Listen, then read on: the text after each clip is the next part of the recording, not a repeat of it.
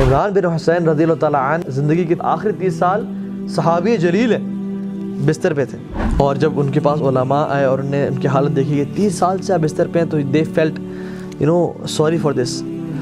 تو انہوں نے کہا کہ تم کیوں میرے بارے میں اتنا برا سوچ رہے ہو؟ تو انہوں نے کہا کہ آپ کی اس حالت پہ ہم لوگ پریشان ہیں، اور اتنی بری حالت تھی کہ he couldn't sit up and he couldn't stand and people they had to dig a hole in this bed کہ اپنے آپ کو ریلیف کریں. وہ ایسے حالت میں امیجن جس میں بیڈ سورس پڑ جاتے ہیں اور جسم میں جو ہے نا مختلف کھڈے ہو جاتے ہیں، دانے نکل آتے ہیں اور جسم خراب ہونے نکلنے شروع ہو جاتا ہے.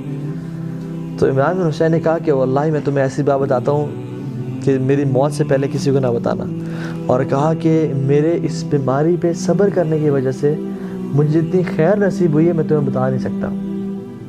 And the angels come to me and they say salam upon me and I reply to their salam and I can hear their salam. اور اللہ تعالیٰ نے میرے لیے اس صبر پہ جو اجر کا بندوبست کیا وہ it's unimaginable. And he said in a statement which was amazing. He said what is dearer to Allah is dearer to me. جو میرے رب کو پسند ہے وہ مجھے پسند ہے، کیونکہ جو چیز ہوتی ہے اس دنیا میں اللہ کے حکم سے ہوتی ہے، اللہ کی مرضی سے ہوتی ہے. چاہے پتہ بھی گرتا ہے وہ اس کی مرضی سے گرا ہے. تو اگر میں جا رہا ہوں، میرا ایکسیڈنٹ ہوا اور میرا ہاتھ کٹ گیا تو اس میں اللہ کی مرضی تھی، لیکن مجھ میں وہ سمجھ نہیں تھی. ہو سکتا ہے کہ میرے اس ہاتھ سے کسی کا قتل ہونا ہوتا یا میں ساتھ ایسے گناہ کرتا جو مجھے جہنم میں لے جاتا ہے، لیکن اللہ تعالیٰ نے مجھے بچانا چاہا اپنے کامل علم کی وجہ سے. سو ہر چیز اللہ تعالیٰ کی اس میں خیر و برکت بھری ہوئی ہے. واللہ یعلم وانتم لا تعلمون. اللہ تعالیٰ جانتے ہیں لیکن تم اس بات کو نہیں جانتے. عبداللہ بن مسعود رضی اللہ تعالیٰ عنہ کہا کرتے تھے کہ I would prefer eating a burning coal.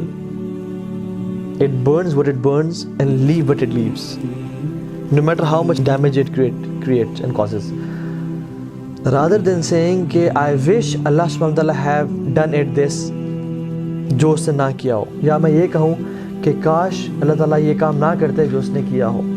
And he continues and says in another narration he says کہ ایک انسان کوئی بزنس کرنا چاہتا ہے یا کسی سے شادی کرنا چاہتا ہے تو اللہ سبحانہ و تعالیٰ کے علم میں ہوتا ہے، کامل علم میں، کہ اگر یہ عورت اسے مل گئی تو she will lead him to hellfire، یا اگر یہ مرد اس عورت کو مل گیا تو یہ دونوں جہنم میں چلے جائیں گے، یا اگر اس کا بزنس اسٹیبلش ہو گیا تو یہ اتنا باغی ہو جائے گا، اتنا گناہوں میں پڑ جائے گا مال کی وجہ سے کہ جہنم میں چلا جائے گا.